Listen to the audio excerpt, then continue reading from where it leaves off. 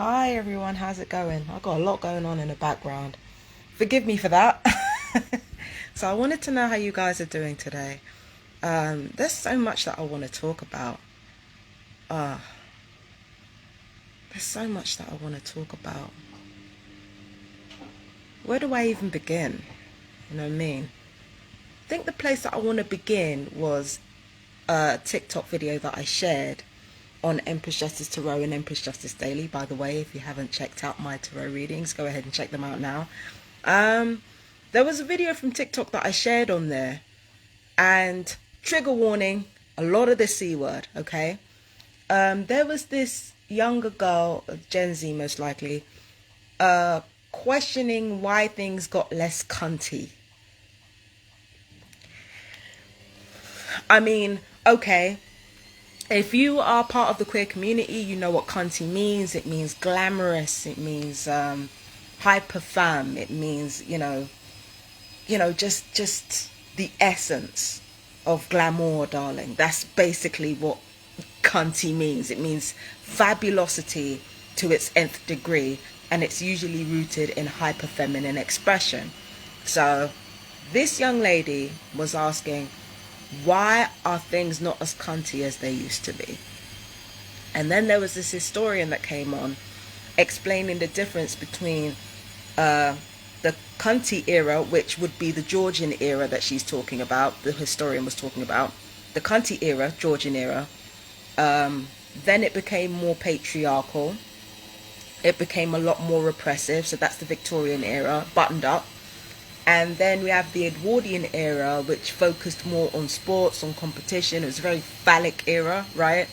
It was focused more on, it was focused more on creating a more militarized society in time for World War One. So that's what the Edwardian era was, right?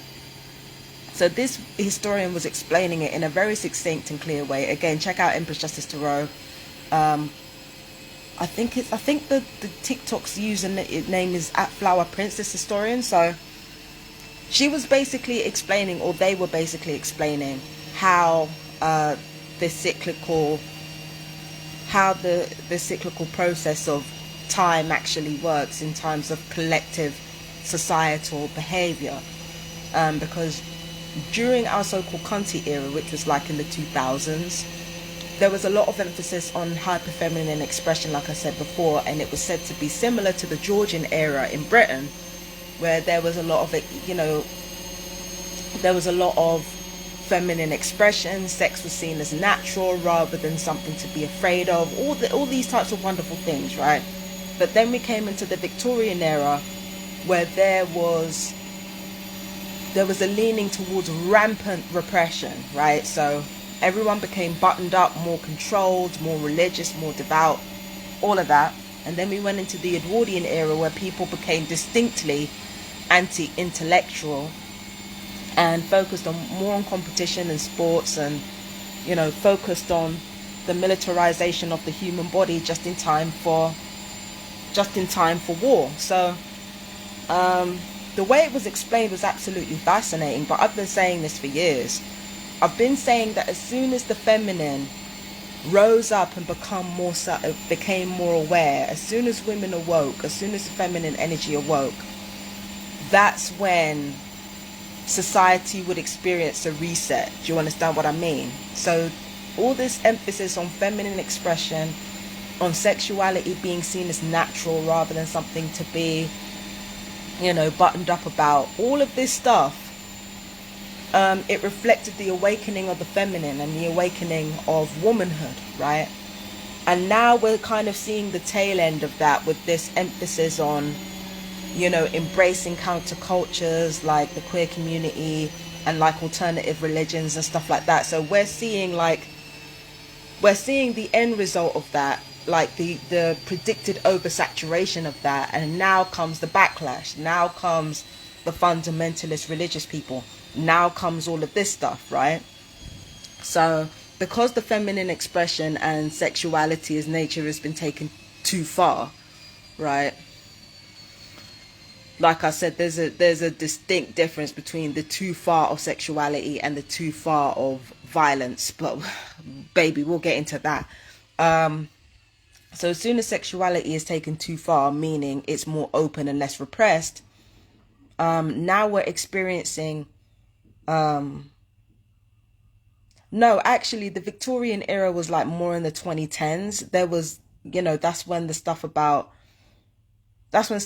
the Illuminati became more mainstream. That's when the backlash to, all this sexuality started gaining ground. And now we're in the 2020s, we're in the Edwardian era, arguably, where people are, again, more anti-intellectual, more focused on sports and competition, more of a callousness towards people who are less fortunate.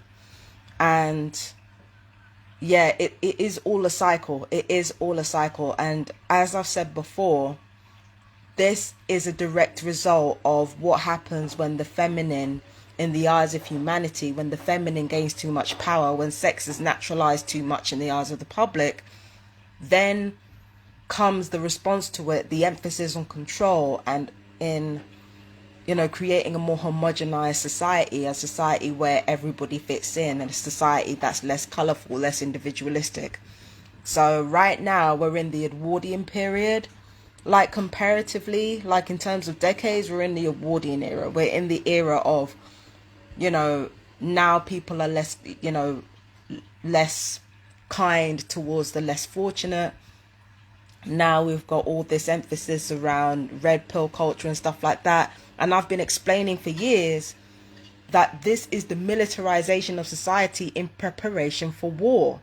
So even the wars that are coming up, even these awful situations where God knows how many people are dying, even that is orchestrated. Every single thing is orchestrated. It's all orchestrated to keep humanity in control. Because if it wasn't like that, I think the feminine era would carry on, for a longer while yet. And we might actually see some real change in terms of the protection of children, the protection of women, the protection of like matriarchal bloodlines. We might actually see a real change where predators don't get as much say and don't have as much power in the world. Like we might actually see a change towards that direction. So, now that people are having real conversations about how we are treating women and children, now comes the reset. Now comes the reset towards military action. And the purpose of military action is the same purpose of disease. It's the same purpose of, internal fighting. Like all of it has the same purpose, to depopulate the population. That is what happens when feminine expression reaches a so-called peak. Then the masculine energy takes over in a bid to scrap everything and start again. That's what the fuck they do. They scrap everything and start again so that we have a more robust patriarchy. And I've been saying it for years. I've been saying it for absolutely years on end now. I've been saying it for years, but it's just the way that these historians put it. It's more clear, it's more concise, and you understand exactly what's happening in the world, in terms of, from a microcosm perspective, because the 7 ages of empire, the ages of, I think what's the first age? I think the first age is is pioneering or something, and then the second one is conquest, and then the third one is commerce, I think it is, and then the fourth one is prosperity. So there is 7 ages to each empire, spanning 250 years, right? It's 250 years, 7 ages within 250 years, and then within those cycles there's their own mini cycles within it. So it's like, yeah, when you explain all of these things, you start to understand exactly how human beings are manipulated towards our own destruction and towards our own loss of autonomy. You start to understand exactly how we contribute to that. There's a reason why human beings have a short memory.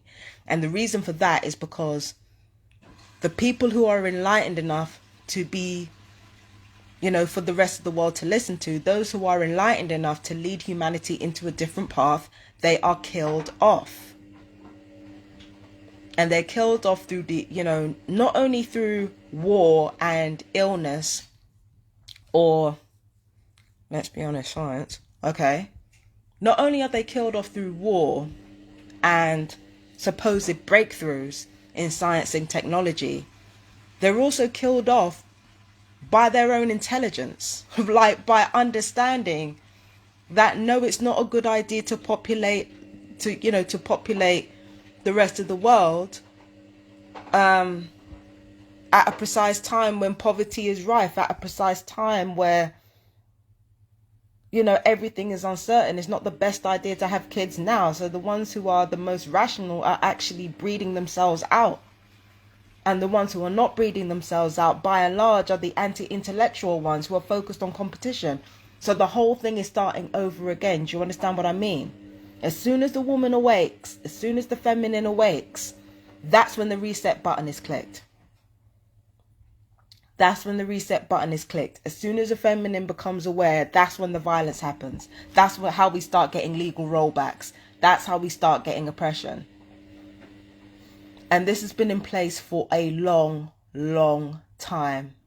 And I know I sound like a broken fucking record bringing gang stalking into it. But you got to remember that the study of human behavior en masse is partially how greater powers in this world are able to manipulate the rest of the masses. It's through the study of human behavior. That's how they're able to extend that to the rest of the world. Do you understand what I'm saying? So all of and plus gang stalking is not even that new. It was around since the Roman Empire. We just called it a different name. It's been around since the Roman Empire, at least. This idea of the population becoming bloated on welfare and increased spying on the public, that's been done before. Through several ages in Europe, at least. It's been done before. And it'll be done again. It will happen again. Do you understand what I'm saying? So, yeah, all of this has been done before. And gang stalking, like I said before, it is trafficking. It is murder, right? But it's also social behavioral experimentation. And guess who the victims are largely supposed to be? Single women. I've heard that black folk are also the most targeted. Systemically, I definitely agree with that. But the most targets are apparently single women. Single women are apparently supposed to be the happiest demographic next to married men. Why do you think that there is so much targeting towards single women? Because it is a study in how to break us down and make us malleable enough to either unalive or assimilate. That is the purpose of it. Because without the woman, nothing works. If you have a happy woman, patriarchy doesn't work. You have a happy woman, patriarchy doesn't work. You have a miserable woman, patriarchy works. Especially if a woman is black or brown. Do you understand what I mean? So for me, it's been happening like this. The feminine, a female expression or feminine expression, when you bring all that into the equation, because feminine energy is, how do I put this? Feminine energy is adaptable, it consolidates, it builds. So, while women and women and femmes are perfectly capable of being racist, perfectly capable on a personal level, trust me, women are very, very fucking capable of being racist pieces of shit, being sexist pieces of shit, being queerphobic pieces of shit. Very, very fucking capable. And women are definitely capable of being narcissists as well. But this is the thing about feminine energy. Feminine energy is more internalized than masculine energy. It's more consolidating than masculine energy. It goes upwards. It draws in and goes upwards. Masculine energy comes downwards. Therefore, feminine energy internalizes, consolidates, builds. So under a feminine society, of course there's going to be less racism. Of course there's going to be less queerphobia. Why? Because there's less penis envy. Can you imagine if feminine energy was taken to its absolute zenith degree? I don't think it would be this massive utopia where everybody gets along, but I would definitely think there would be less wars going on. That's what would happen if the majority of society was feminine, but it's not. It's not, it's masculine. And masculine energy separates. It tries to conquer, tries to control rather than adapt. It separates. It moves externally. It externalizes. Do you understand what I mean? So everything that we are experiencing right now is due to patriarchy. It's due to patriarchy. And patriarchy doesn't learn. Patriarchy doesn't grow. Patriarchy only adapts for as long as it needs to be able to get what it wants, which is tolerable misery. Tolerable misery. Pain is how masculine energy functions.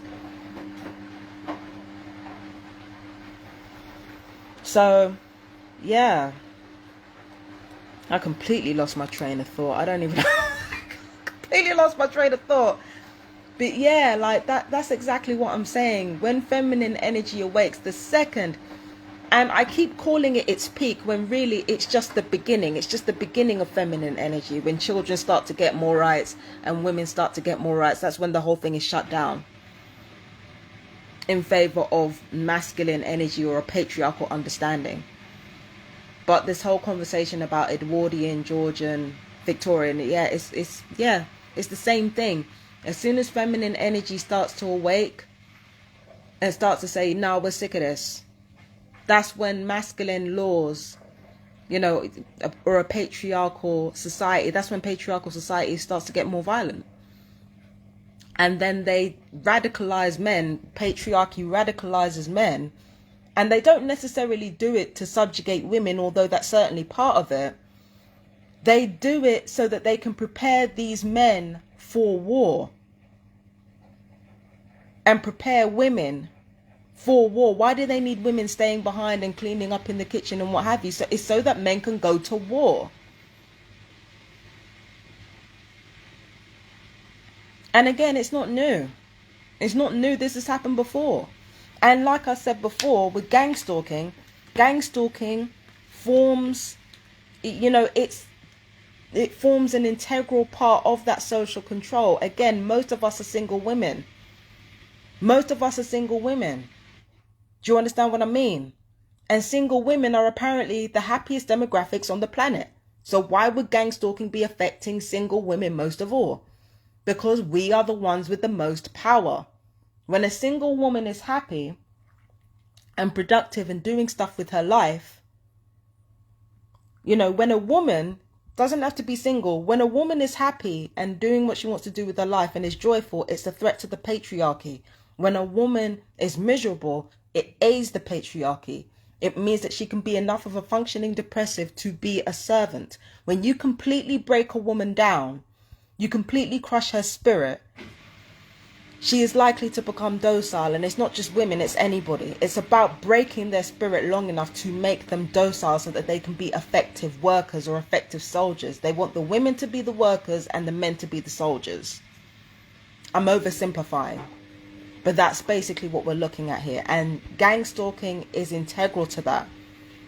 Like I said, with feminine energy, it consolidates, it builds, it draws upwards, which means that there would be less racism, there would be, less unkindness towards the fortunate. They can't have that.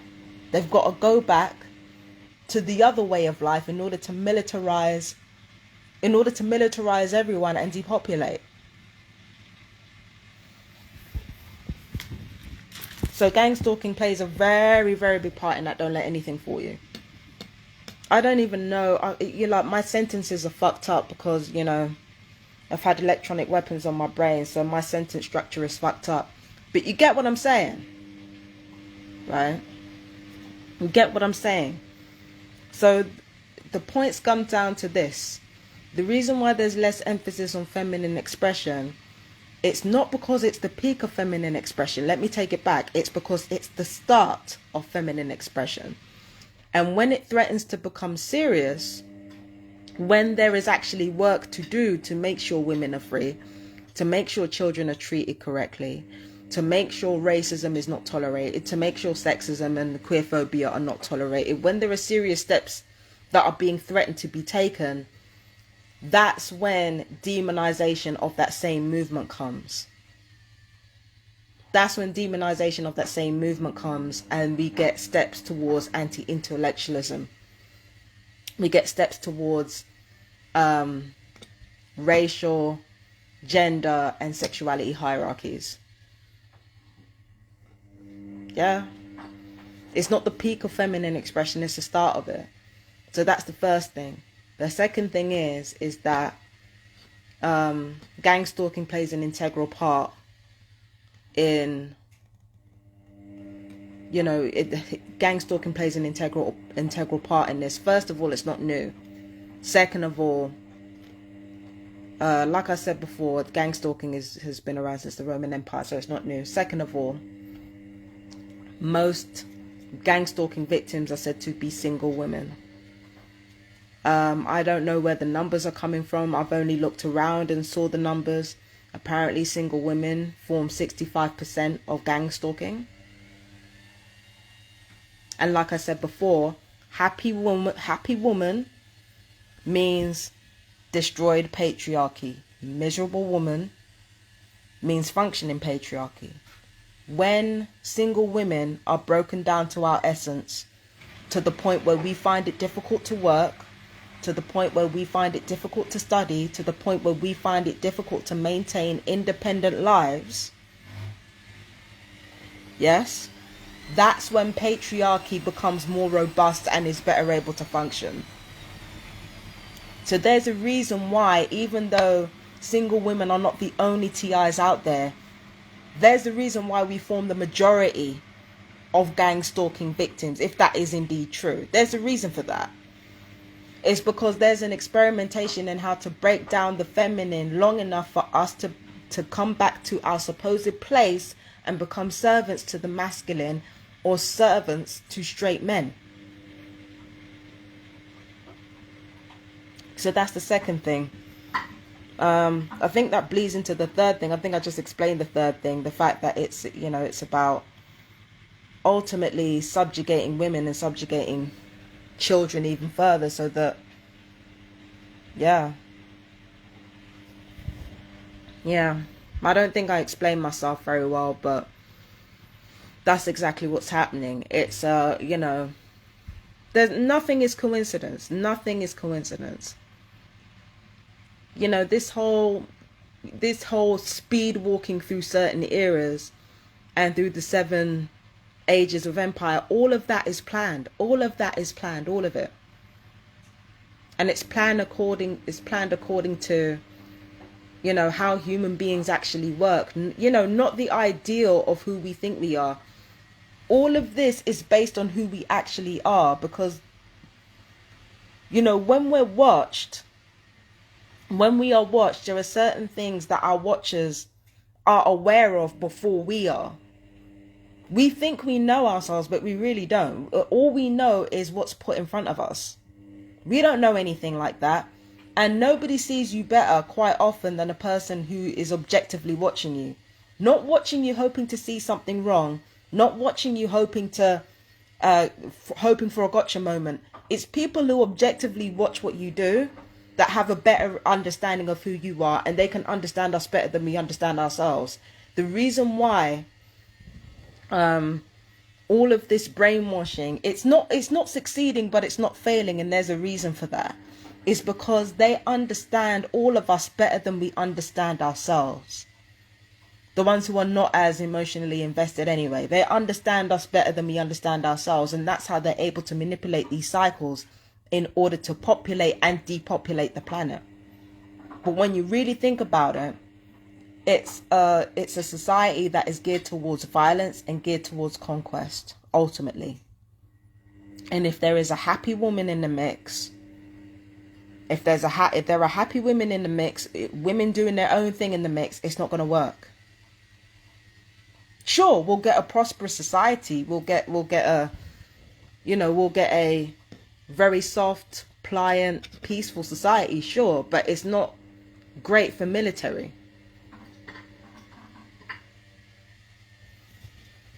Do you understand what I mean? So, yeah, so those are my 2 points when it came to that. I don't think I explained myself extremely well. I think I repeated points a lot.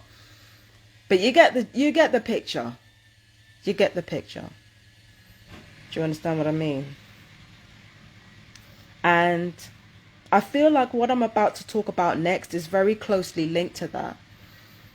Because when women are becoming more aware of our abuse, we're not just becoming aware of the physical aspects of abuse, we're also becoming more aware of the emotional aspects too. Now, this is going to be a personal story, right? Because I am a pure-hearted person. That's not to say that I'm a good person or that I've done good things all the time. No, I've said and done some terrible things in my life. But what I mean by pure-hearted is that I have a lot of integrity.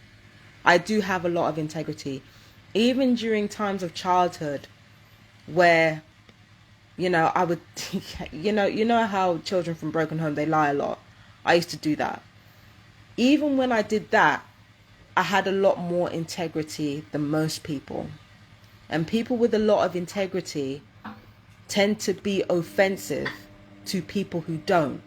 And there are a lot of people who don't have that integrity. And when there are a lot of people who don't have that integrity and you have that integrity, what they don't realize is that every time they keep bullying you and keep poking holes in you and keep, doing whatever they can to try to break you down, they're not necessarily just doing it because it's fun. There's a subconscious level in their brain that wants to kill you. When you are a legitimately toxic person, you're a predator, you're a fucking psychopath, you're a sociopath, people don't want to kill you because they know that you'd be better at that shit than they would. Do you understand what I mean? When you're an actual predator, you can see by the world around you. When you're an actual predator, people don't want to kill you and people don't want to try to kill you.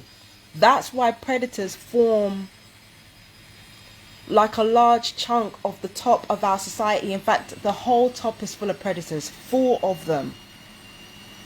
4 of them. It's just that the predators at the top, they have a lot of emotional control. So there's only so much that you can manipulate them or you can get one over on them. It's because they have massive amount of self-control. They're cold.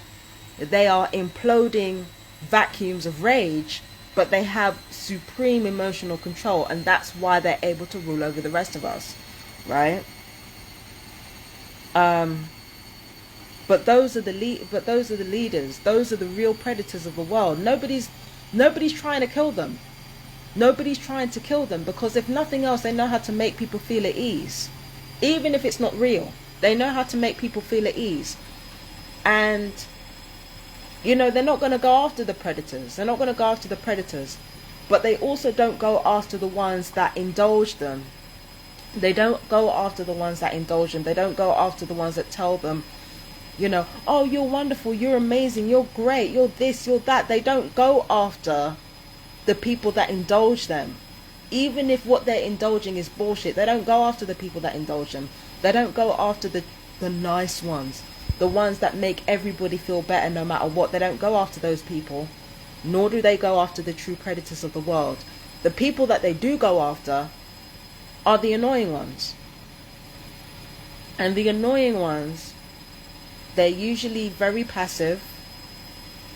They're usually, how do I put this? They're offensive to some kind of the 5 senses. Either they smell bad, or they sound, or they're too loud, too quiet, or, well, not too quiet, but, or you like smell bad, sound bad. They're not necessarily that pleasant looking, or I don't know. It's not touch. Yeah, it's like one of those 3 senses, right?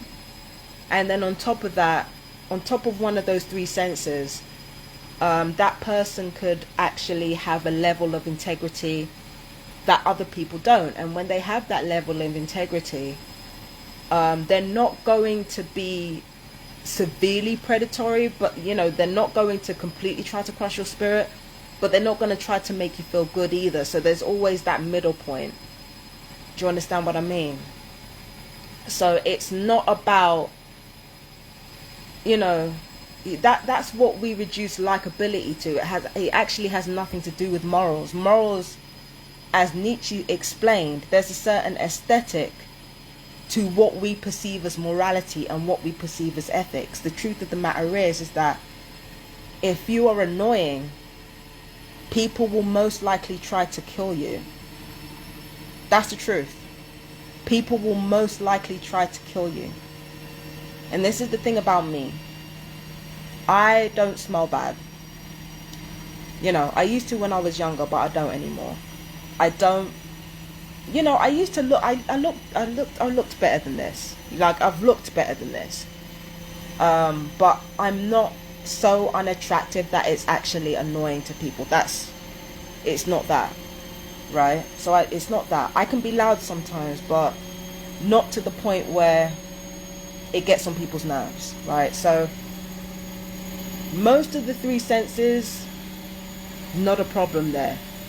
So the reason why people are still trying to unalive me now is because of my integrity. It's because there are certain things that I'm not going to, that are not going to get in the way of who I am as a person. But I've always been irritating to people, and because I've always been irritating to people, people have literally wanted to unalive me, gone out of their way to try to unalive me. And a lot of people will say, oh, you're taking it too personally. Absolutely fucking not. Absolutely fucking not.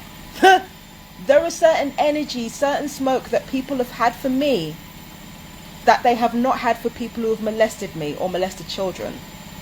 There are certain smoke that people had for me that they didn't have for people who were abusing me.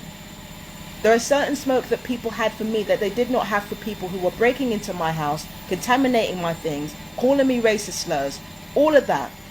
The smoke is saved for me because the one annoying thing about me, the one that I refuse to let go of, the one that I refuse to change under any circumstances, the one annoying thing about me is my integrity. And it is always people like, if you are beautiful, you smell great, you sound great, you have all these things in a row, right? But you still hold on to your integrity. That integrity offends people because you're not prepared to destroy them, but you're not prepared to, make them feel wonderful about what they do either. You will challenge them. You will say, look, this is what needs to happen.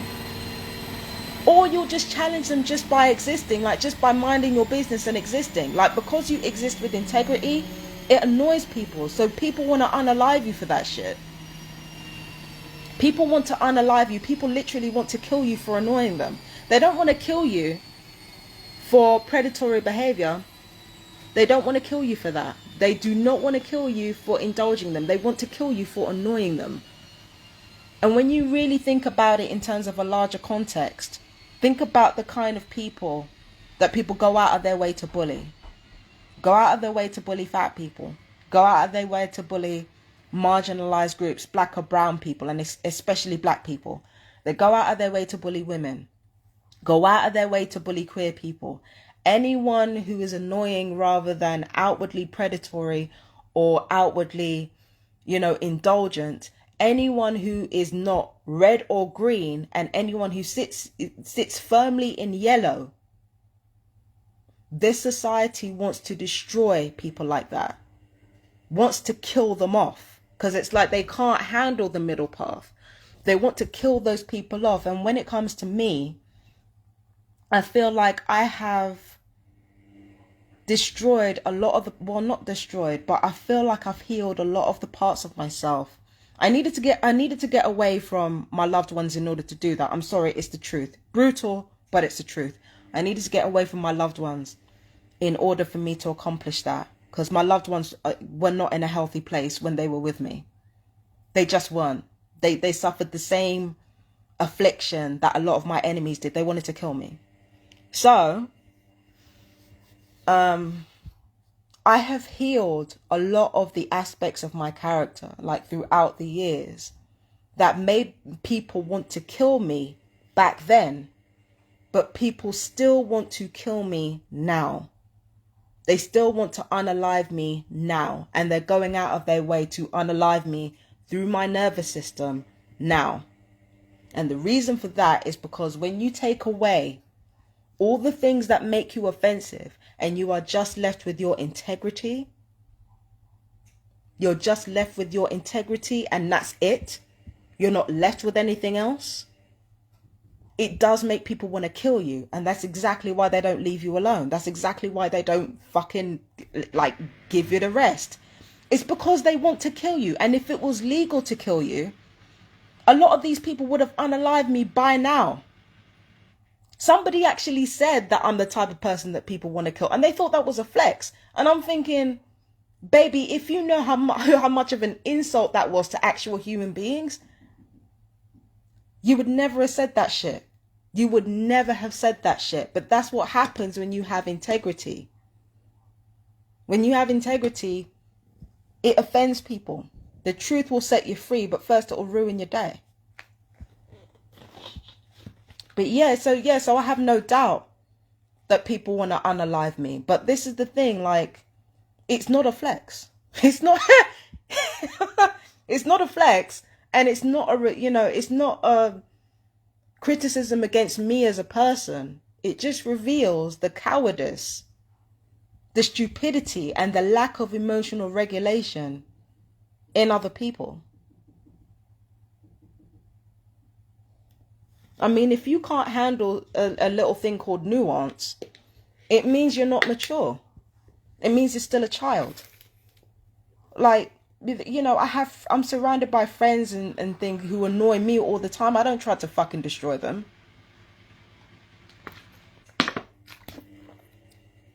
I don't try to fucking destroy them. And again, I'm not saying that I haven't exhibited similar behaviors in a way that I was treated, but I'm not trying to destroy fucking people who annoy me. I have no interest in doing that. I have no interest in killing people who annoy me. So after a while, when people annoy me, I ignore them. I haven't got any time to be trying to kill people who piss me off. If you do something awful to me or to somebody innocent, yeah, then I'll fucking come after you. But if you're going to keep annoying me all the time, it's not going to bring out that same murderous instinct in me that it does in you. So people literally wanting to unalive me through my nervous system by talking shit and by doing stupid shit, it's not a reflection on me as a person. And it's like I'm only just starting to realize that now. I'm only just starting to realize that. Do you know what I mean? Because look through my timeline, look through my social media, and then come back and tell me why people can feel so justified to say that they want to kill me. Like, really, really look and pay attention. Really look and pay attention. Am I going out killing children and unaliving children? Am I going out, abusing kids? No. In fact, I'm speaking out against abusing kids, and I've been doing it since I was a teenager.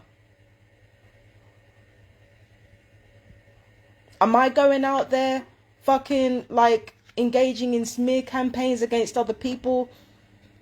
Trying to say things that aren't true? No, because if I end up making assumptions that aren't true, I immediately try to take it back and try to make corrections.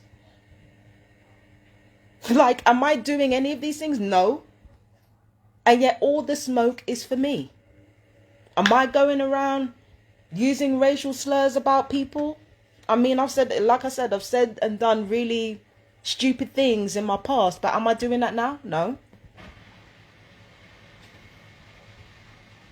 No. And yet there is all this smoke. For me, there is all this smoke for people who offend and not people who harm.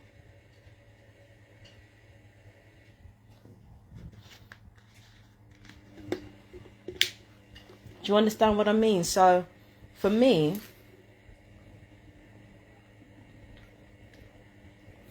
people wanting to unalive me, not a flex.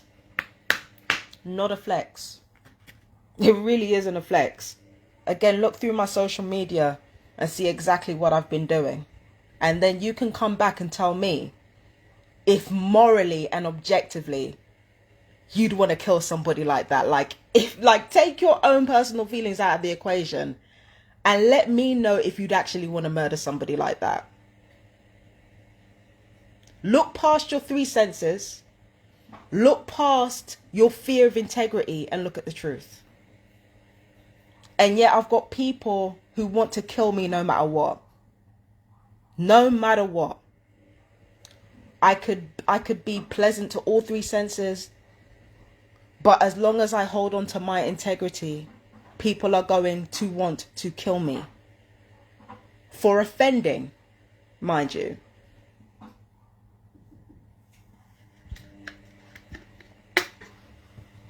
You know. And I'm sorry to say it. Again, I love my family. I love the people in my life, but they wanted to unalive me for the longest time. They just didn't realize it. They wanted to kill me.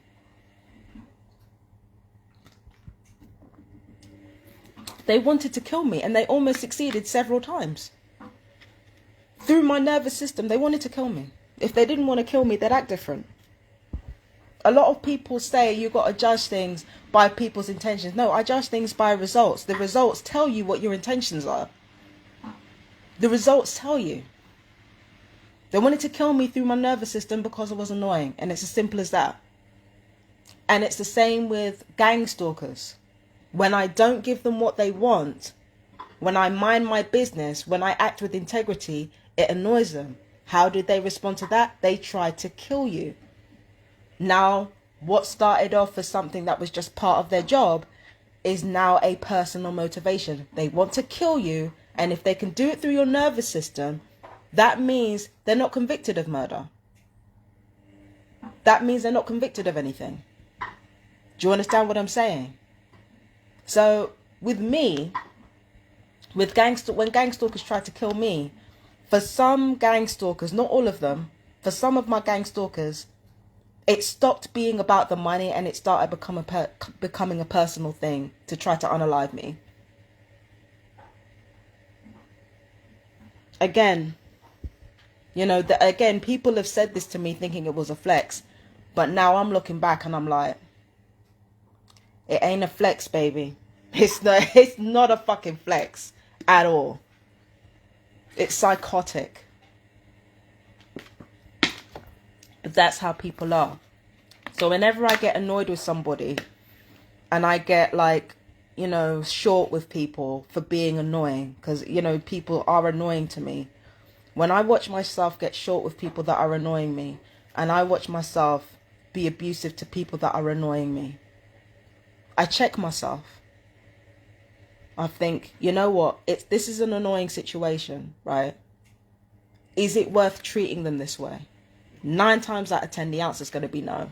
So what I do is I calm down. I try to calm down, bring myself back to center, and I say to them, okay, what you did was annoying, but if I was short with you or anything, then I definitely am sorry, because I know at some point I was short with you. So if I was, I apologize, because that's not my intention. So when somebody annoys me, I check myself, because I'm not trying to be the same type of people that are trying to fucking kill me. I'm not trying to be that person. So when somebody annoys me, I'm not on that frequency. I'm not on that frequency of trying to unalive somebody who's annoying. I'm not on that frequency at all. I don't do that shit.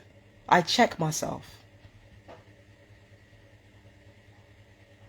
And because I've removed myself from situations where people wanted to unalive me, my life has gotten better. And ironically, the kind of people that they say they wanted me to be, I only became once I was away from them.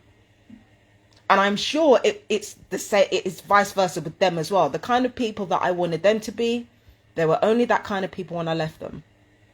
to their devices.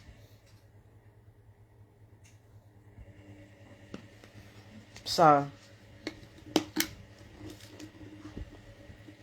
yeah. When you annoy people, when you offend people, they do try to kill you actively. But the good thing about that is that when it comes to people who behave in that way, time catches up with them.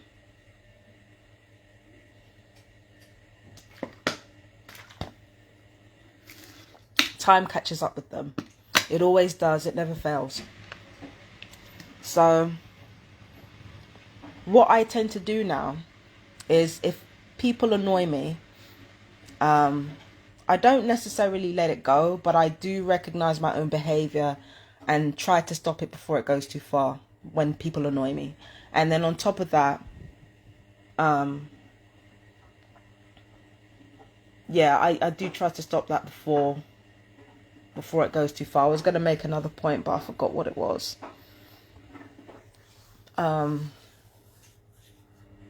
Yeah. I recognize that's just how human nature is. I recognize that's human nature, but I just take myself out of that situation if that's the case. You know, but I realize that it doesn't matter what I do, I'm always going to rub people the wrong way. And because I rub people the wrong way, they're going to try to unalive me. It is what it is. You know, I just accept it and move on. And then on top of that, when I find myself with people who want to try to unalive me because I annoy them, what I tend to do is, instead of channeling it into hatred for my enemies, I instead channel it into love for people who look like me and people who are like me. That's what I do. I take the hatred that's aimed at me, I take the unaliving instincts that are aimed at me, and I aim it towards life, not only for myself, but for people in my position. So, that's what I do. And that's something that I want to leave fellow gang stalkers with.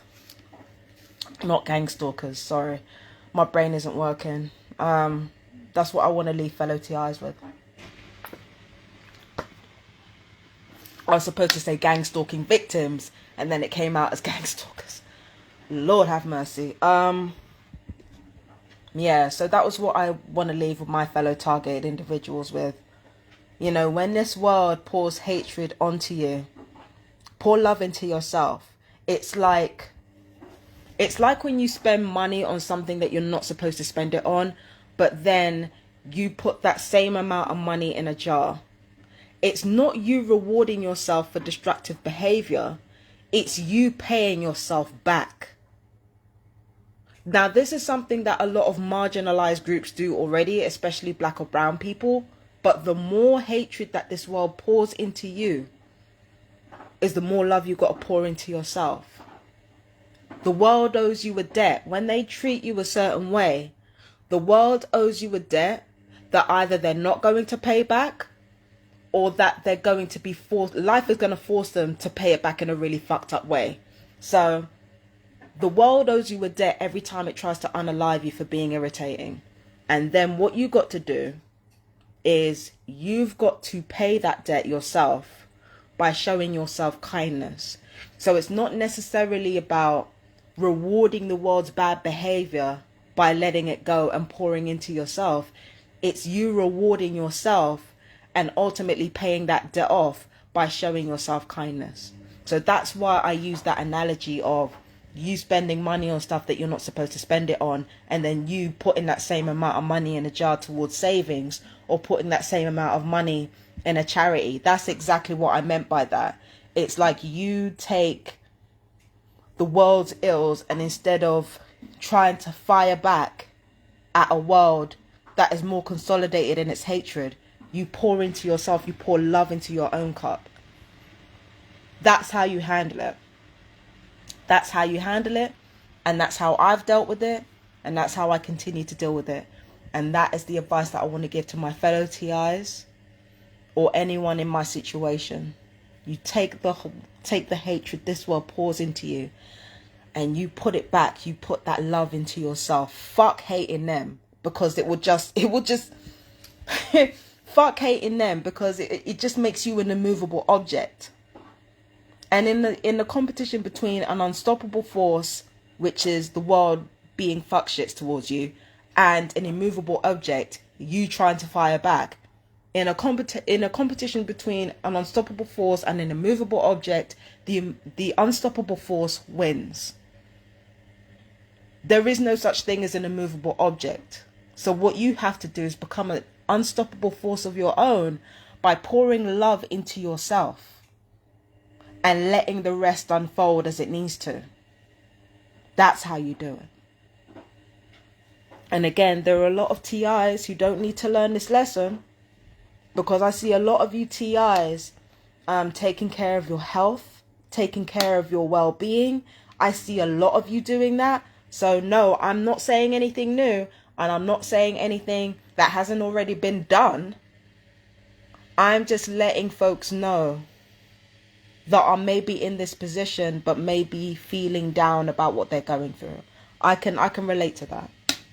I can relate to that. When people try to unalive you, that's why you're on this list in the first place. People trying to unalive you for being offensive in some way.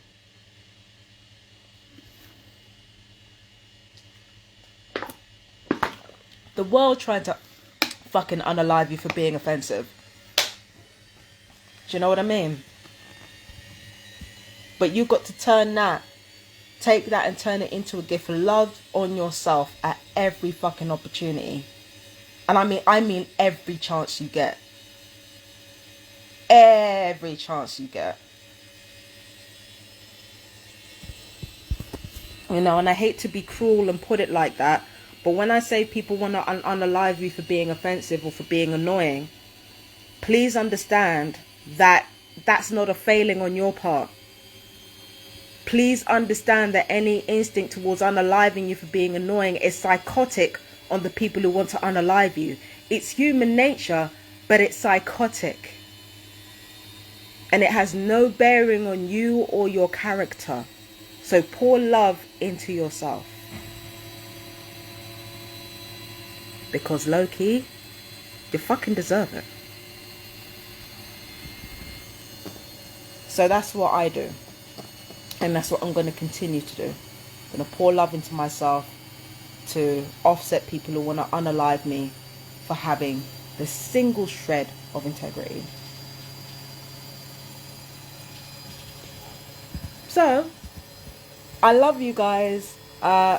If you are a fellow TI and you've made it this far into the video, please let me know how you guys are doing. I always want to know how you guys are doing. I love you guys so much. Peace and blessings, and happy Sunday. Bye bye.